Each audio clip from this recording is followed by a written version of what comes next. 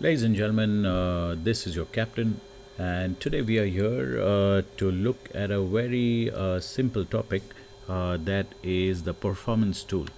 Now, performance tool is an option that is given on your EFB. If you go into the main option, the PMDG Universal Flight Tablet, you have an option called performance tool. So you can click on the performance tool, and as you see, you have different options.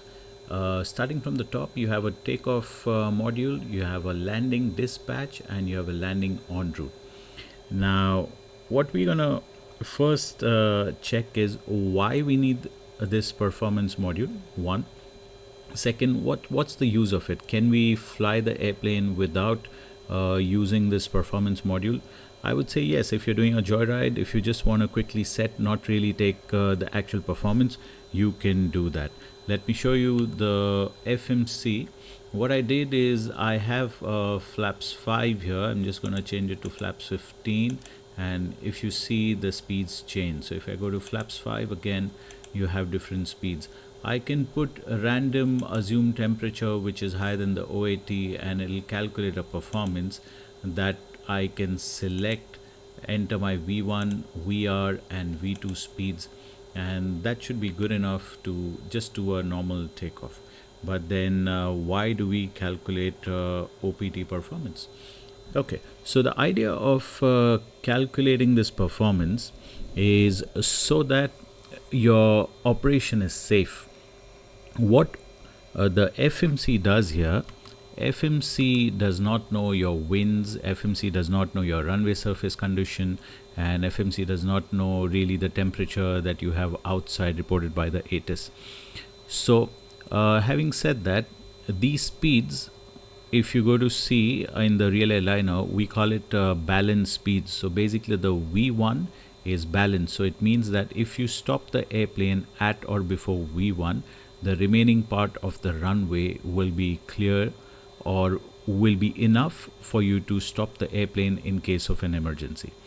But coming back to the OPT performance, if you calculate it with this particular tool, then your performance is more optimized. It takes in consideration of an obstacle that would be there at the end of the runway, and this performance is more valid, it is more efficient, it will save the engine, it will give you the right flap setting that you would need for that particular takeoff, that particular day, with that particular weight of the airplane.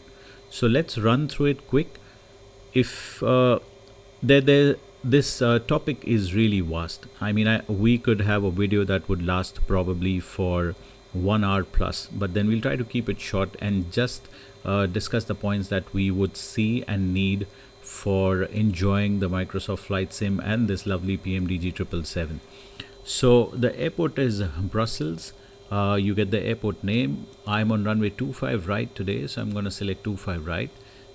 If you see, automatically it calculates the elevation, because elevation takes an important role in calculating your performance as well. If you go higher, the speeds will be different, the assumed temperature will be different. That's my runway heading, that's my slope, that's my total runway length, and today the condition is dry. Now if I drop this down, I have a dry runway, which means there is no rain and everything is good.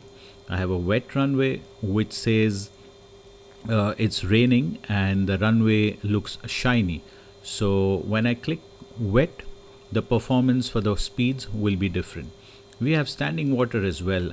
In my future videos, I will discuss this. I will do a flight with standing water and let you know what really it does.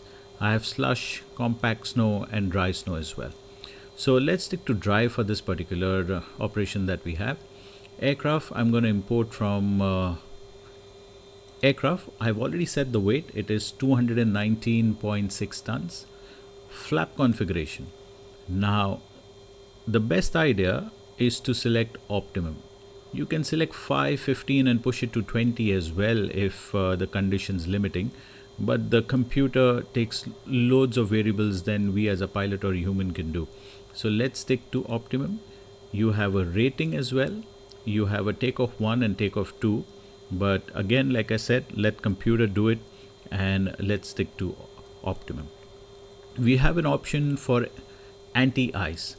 Now anti-ice, there is a condition, that is if the temperature is below 10 and you have a visible moisture present that you can see, then you will have to apply the anti-ice options as well. Like I said, this topic can go into real depth and we can take a lot of time, but for this takeoff now, where there is no snowfall, where there is no moisture and temperature is above 10 degrees, we can take this particular example as now. Now we have the takeoff weight, we have a CG, and air conditioning configuration is set to auto. That means we are not putting AC on to have more air into the engines for takeoff. So I'm going to fetch the weather now and let's see what the weather says. Now the weather says it's OAT is 8. So coming back to the question, whether AC config on, do I need it on engines? Now if I look outside, I'm going to see if I have any visible moisture present. I don't have a visible moisture present. Yes, the OAT is below -10. Now the idea is to create a performance for this particular takeoff which is conservative, and it's all about what if. So if any conditions warrants you to stop or reject the takeoff, you should have enough runway available for you to stop. Now I'm going to hit calculate and it's going to give me a certain condition. Let's start with the top. It says acceleration height is 1500 feet. At this height, I will accelerate from flaps 5 to flaps up. This is giving me the flap numbers or the flap position, that is flaps 5. N1 percentage that I will see on when N1 when I set the thrust and when I hit toga. Rating is TO2. Assumed temperature is 45. So while we talk about this, let me go here and set this all for us. So I'm going to put assumed temperature of 45. I got climb 1, and if you see back again, it says TO2. So I have to come here and select TO2. So that was my mistake. First select TO2, then go to your assumed temperature, which you set 45. Then you come to the takeoff weight. The flaps was already set at 5. Now we have a trim setting which we need to set physically on the trim tab as well, and then we enter speeds, which is V1 145, 49 and 55. So 145, 149 and 155. And now it is quite nice that the speeds of the FMC and the speeds of the OPT are the same, which is good. Usually this may not happen, and this is what I'm trying to tell you, that OPT performance is more restrictive, it is more accurate, and it brings out the best performance in terms of safety and safe operation of the airplane. Now this is related to the takeoff, so we'll keep this lesson short. Go and play with these, especially play with what happens if it is wet. Now I'll show you what happens when it is wet. If I put it to wet, look at the difference between V1 and VR. V1 is 145, VR is 149. But if I hit calculate now, the V1 has dropped down to 133 and VR is 149. There's a huge difference between those. Why is it?